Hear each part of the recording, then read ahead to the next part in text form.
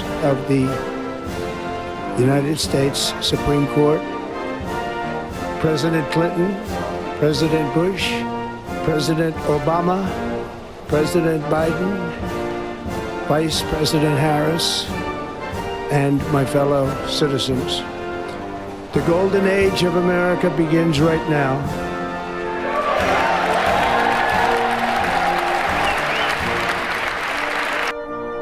Never, ever give up. Just keep going forward. Never stop. It may seem like you have no chance. It may seem like it's over. Never, ever quit. If you're a quitter, I hope you quit right now and stop watching immediately, because you'll never make it. I love building buildings. I have a lot of fun building buildings. The fact is, I do it for fun. I do it for game. I do it for sport. I happen to make a lot of money doing it. If I didn't enjoy it, if I didn't really love what I'm doing, I wouldn't be successful. I wouldn't be sitting with you today. People settle for mediocrity for one reason. They're lazy. I've seen it so often. People go into something, they don't want to go that extra step. They know it's not going to be great. It might be good. It might be okay. It's not going to be great. They settle for mediocrity. They're lazy. The harder you work, the luckier you get. And I can tell you 10 instances where I didn't quit. One, it was 1990, the world was coming down, the debt markets were to everybody, all of my friends and enemies were going bankrupt. I never did. And the times were actually just terrible. And even today, you look at times and you see what happens and you have to learn. But the word luck is very interesting. But if I didn't work really hard, I probably would not, almost definitely would not be here today. And unless you had me up as a man who at one point was successful, but let's see what a loser looks like. So you have to work hard, because it is true, you can develop luck through hard work. You're going to have a lot of people, your parents included, they're going to be saying, don't do that, don't do that. And you have to listen to them. They're wise, they've been around, they've seen. And sometimes, and I tell people, sometimes they go into a business where basically you can't be successful. You know, nobody's successful. If you can get away from that, get away from it, if you can. But you have to make sure that you do something that you love. Try to go into something that you love that could be a good business. So, you know, a lot of people go into businesses that are just not good. One of the most important things, never, ever quit. Never quit. You know, I went to a great school. I went to the Wharton School of Finance, and in that school, I met a lot of people heading industry today and over the past, very smart people. But I've watched some of the people grow. I've watched some of the most incredible, brilliant students, and they didn't make it like other people made it because they didn't have that drive. They didn't have that never give up ability. I don't know if it's an ability or if you have it, just you can't quit. And I've seen people quitting it. And if they would have held out longer, they would have been successful. I've seen it so much. I've seen some of the most brilliant people in the world that never made it because they were quitters. They were just quitters. They would quit. They just couldn't take it. They couldn't whatever. One of the things about loving what you do is that it's not work, and therefore you don't quit automatically. It's a lot easier not to quit.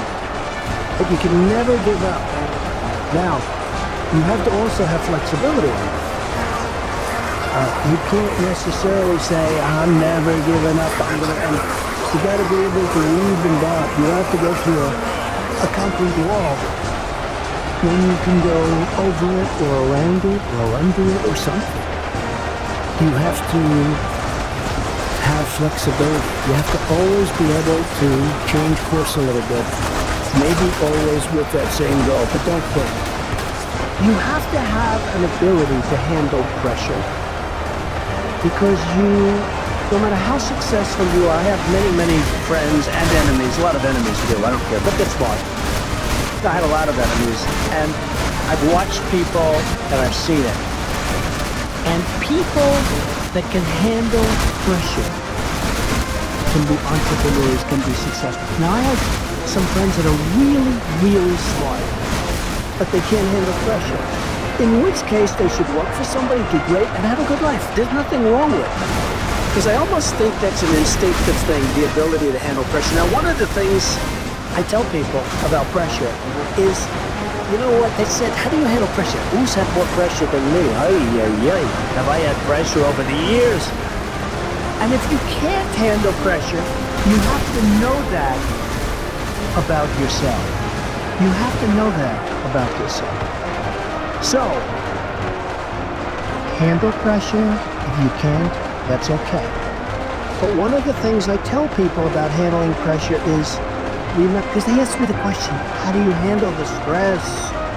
And I actually thought of it to myself, you have to remember, it doesn't matter. God matters, your family matters. It doesn't matter. And if you say it, I have some people, they say, I've got to be successful. They'll never be successful. It's too crazy. They can't think straight. Does that make sense? So you've got to be able to sort of say to yourself, nothing matters that much other than the real big deals.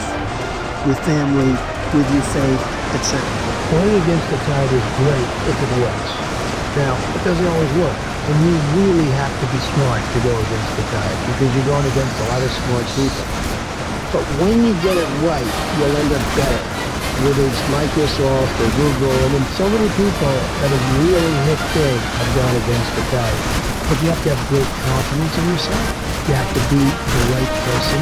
There are very few people that can pull it off, but when you pull it off, it's good. Same thing in real estate. You go against the tide.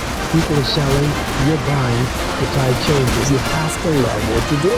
If you do it for the money alone, it's probably not going to work. I have friends who I tell them, get out of this business, which is a good business, and go into another business, which isn't as good a business, because they like the other business better.